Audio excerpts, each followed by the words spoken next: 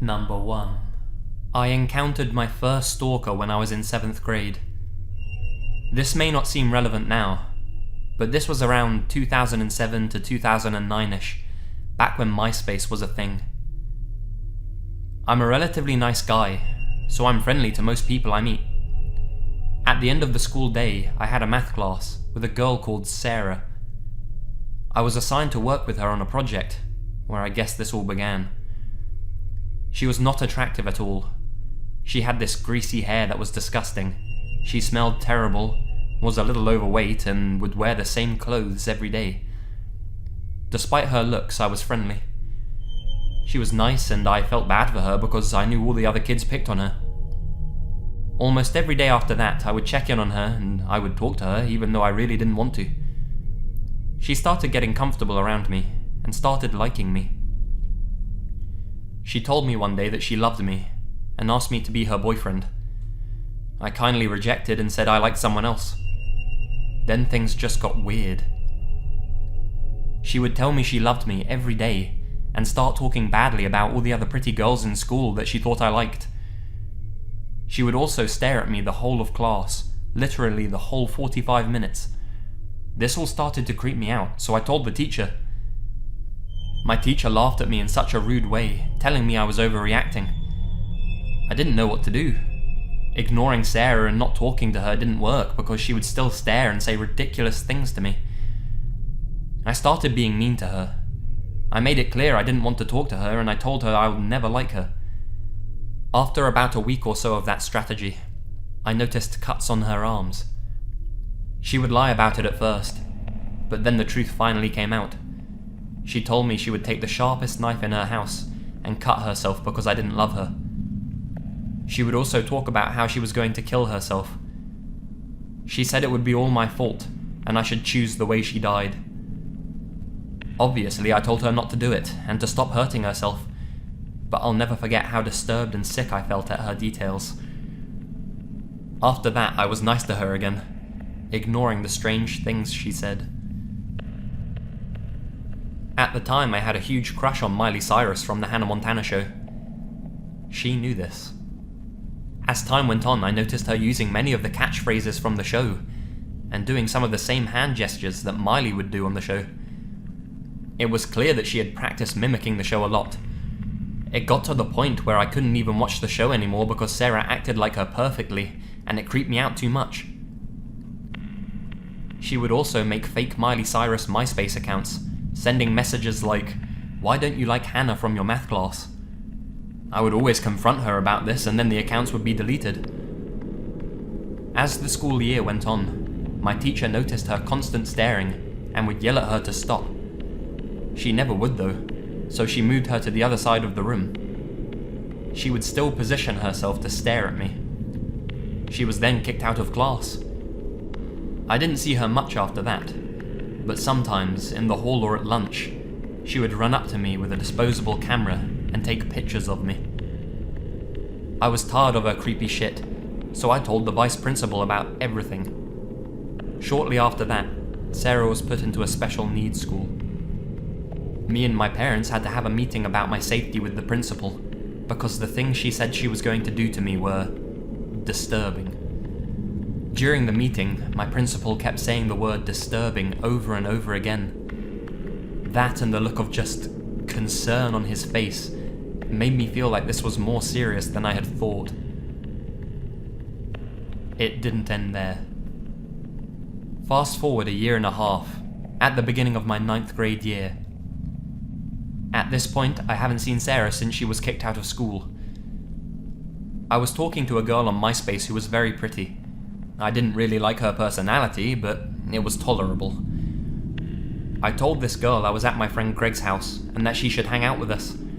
She declined and said another time. Later that night, me and Greg were in his treehouse, which was right next to the road.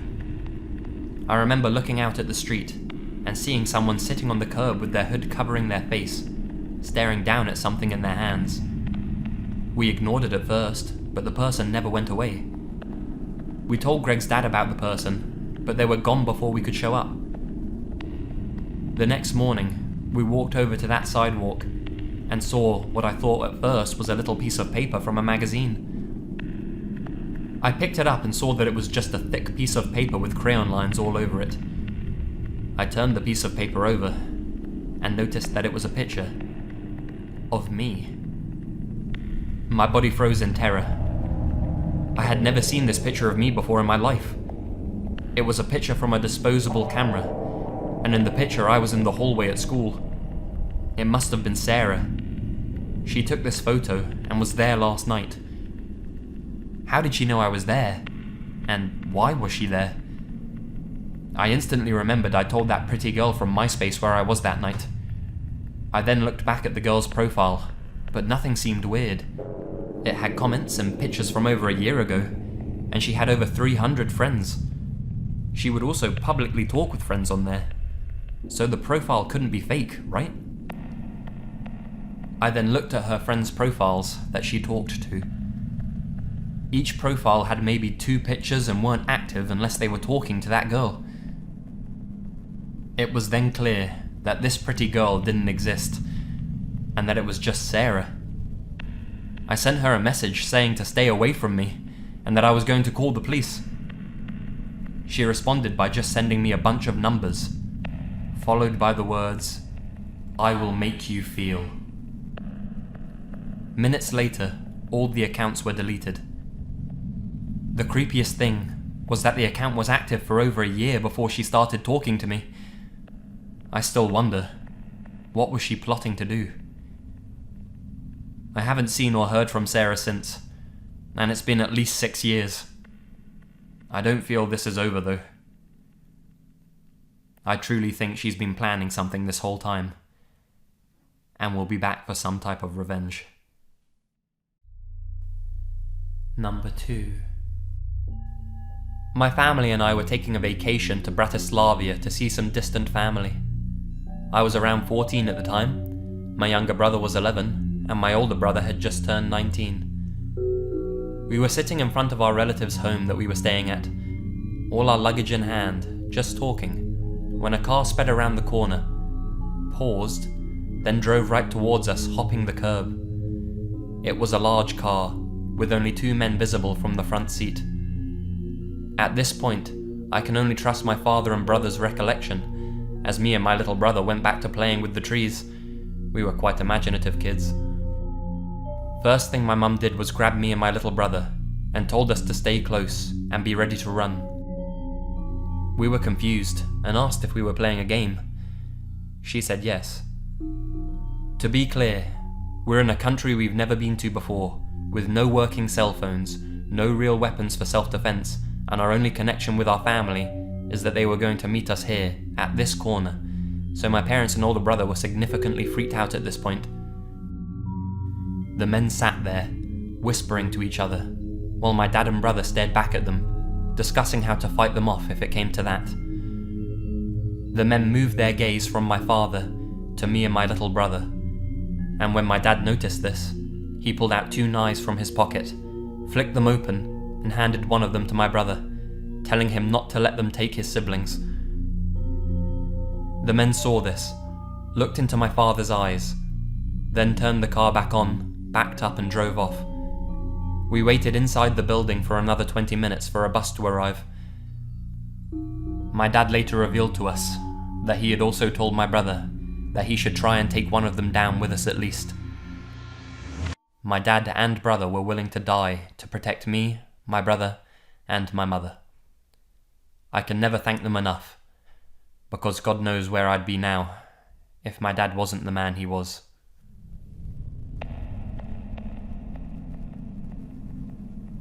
Number 3. So, let me preface this story by saying that I don't live in the best neighborhood.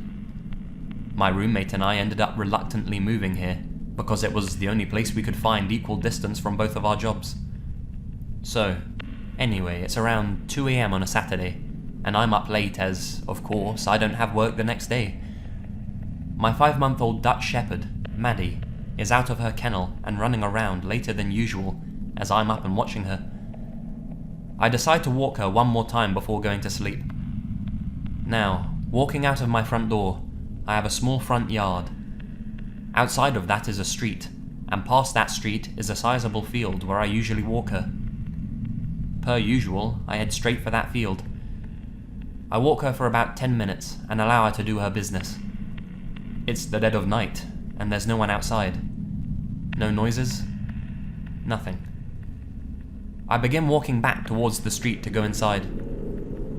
When I was about halfway through the street, I look down the street to my right to check on one of my cars. I don't drive it often as it's my backup, so I occasionally check on it to make sure it's alright. I notice the driver's rear window is half lowered. That's weird, I think. I haven't driven it in 2 months, and I don't recall leaving that down. Surely I would have noticed it sooner, I continue to think. I stare at the car, checking for visible damage, doors open, etc., while also trying to remember the last time that I did drive it. It was at this point Maddie started to bark uncontrollably. To give you some perspective of the dynamics of the situation, imagine a clock. My body is facing 12, which is the direction of my front door. My head's facing 4, up the street to the right where my car is. The field's at 6 PM, and Maddie's barking and pulling towards 11, almost in the opposite direction that I'm facing. I don't look at her as she starts barking, as I can feel that she's tugging towards the direction of my front door. And she likely just wants to go back inside as it's kind of chilly.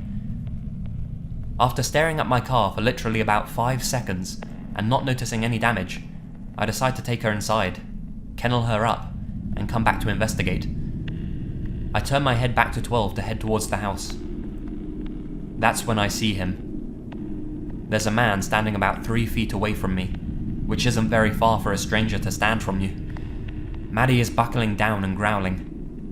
I look at the man in the face and notice that he's not looking at me. He's looking at my dog.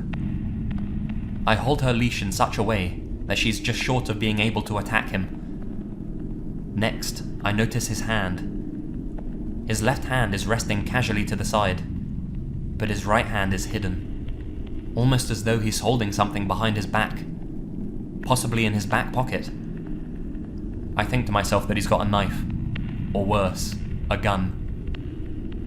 After about 10 seconds of standing there silently, with him staring at my dog, I say, "What's up?"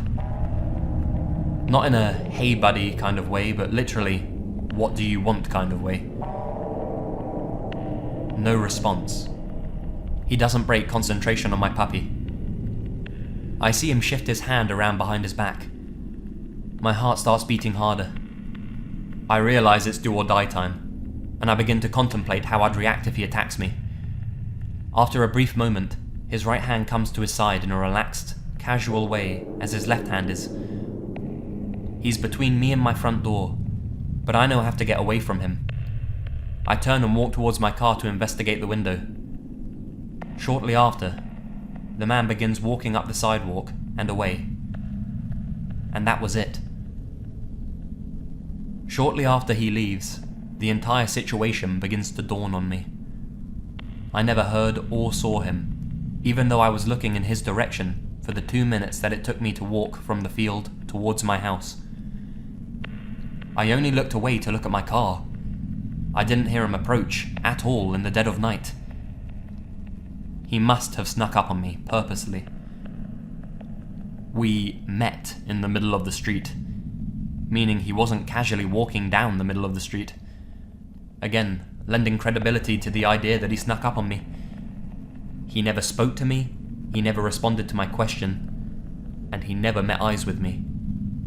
The whole time he just stared at my dog. I realized what he was doing.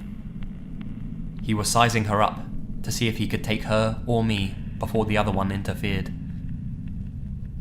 After 20 seconds or so, I guess he decided not to. When looking at his eyes, I realized they were white, not bloodshot, and when I saw him walk away, he wasn't stumbling or tripping. He seemed to be completely sober. I did not know this man. He did not inquire about my dog. He didn't ask me anything. This, to me, means he had ill intentions.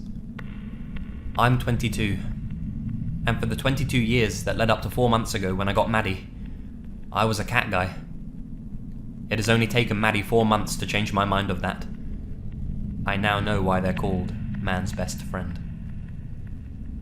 The user has included a picture of Maddie, the dog.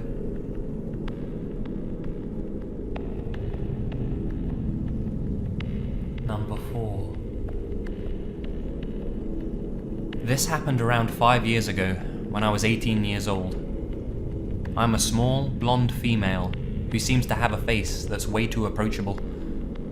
I was waiting outside quite a busy train station in the town I live in. I was going away to work at a festival for a week, and had loads of bags surrounding my feet as I waited for my ride.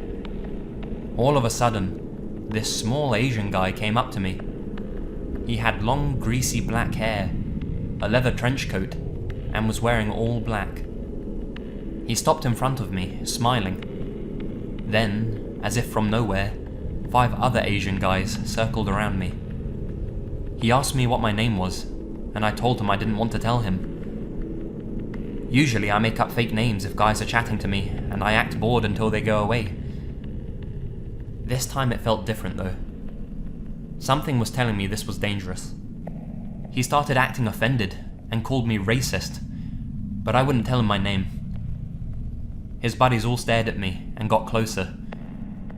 He demanded to know my name and where I was going. His tone changed, and I felt sick with fear. They all had their eyes on me, and I was surrounded. The leader got right up to my face, angrily, and I could smell his breath. There were people walking past, but no one stopped or seemed to notice that I was in trouble. I then saw he was holding a knife under his jacket, and I freaked. It all happened so fast, I just pushed him and ran. I left all my bags behind. I ran into the station, and thankfully the woman picking me up was there. I burst into tears, and she went to get all my bags for me. The guys were gone. There have been several rapes in the city centre over the years, and women are being snatched from busy streets by gangs. I can't help think I was nearly one of them. Number 5. Last winter, I was shopping in a huge shopping centre in London with my sister. She works at one of the retailers. It was time for her to start her shift, so we said goodbye and I headed for the car park to drive home.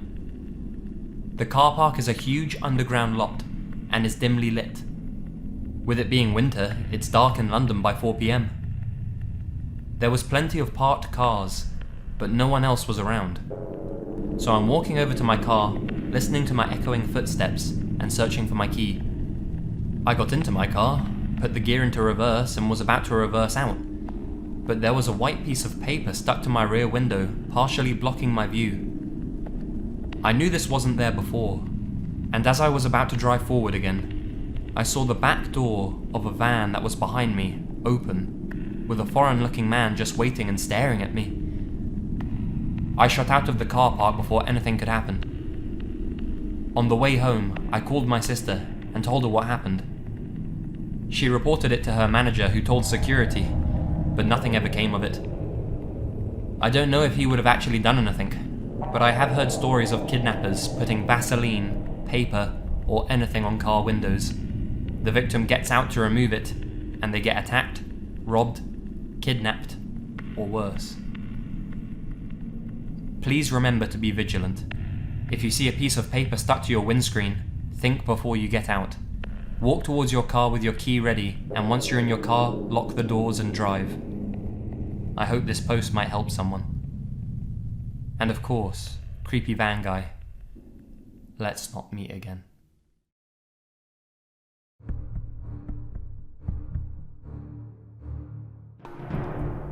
Hi guys, Lazy Masquerade here.